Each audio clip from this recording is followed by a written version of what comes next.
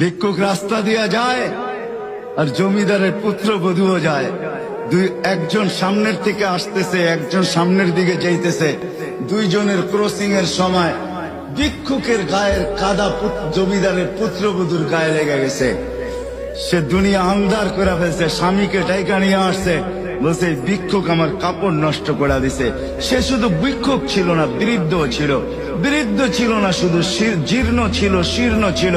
শরীরে কাপড় ছিল না, ফাটা চিরা কাপড় ছিল।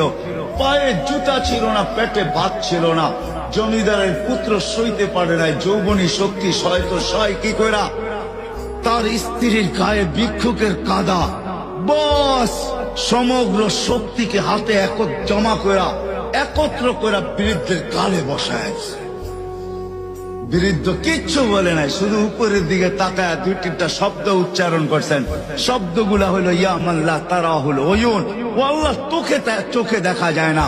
ও তারা কুল্লা শাই, তুই সব দেখিস। ফারা তারা মা বি, তুই কি দেখিস না আমার সাথে কি ঘটতেছে? এটা কি দেখিস না? বলতে দেরি যুবক, মরতে দেরি হয় নাই। জমিদার চলে আসছে, প্রতিশোধ নিবে। বৃদ্ধের একদিকে মুস্কি হাসি, একদিকে বলতেছে প্রেমের খেলা এমনই হয়। জিজ্ঞাসা করছে কিসের প্রেমের খেলা রে? বলছে ওর প্রেমিকার গায়ে আমার কাদা লাগছে, পায়ের কাদা লাগছে, ও সইতে পারে নাই। যৌবনী শক্তি দিয়ে আমার বৃদ্ধ গালে বসায় দিছে। আমাকেও একজন ভালোবাসে, সেও সইতে পারে না। সেও সইতে পারে না, ও তো থাপ্পড় দিয়া খান, সে জান নিয়ে নিছে, জান।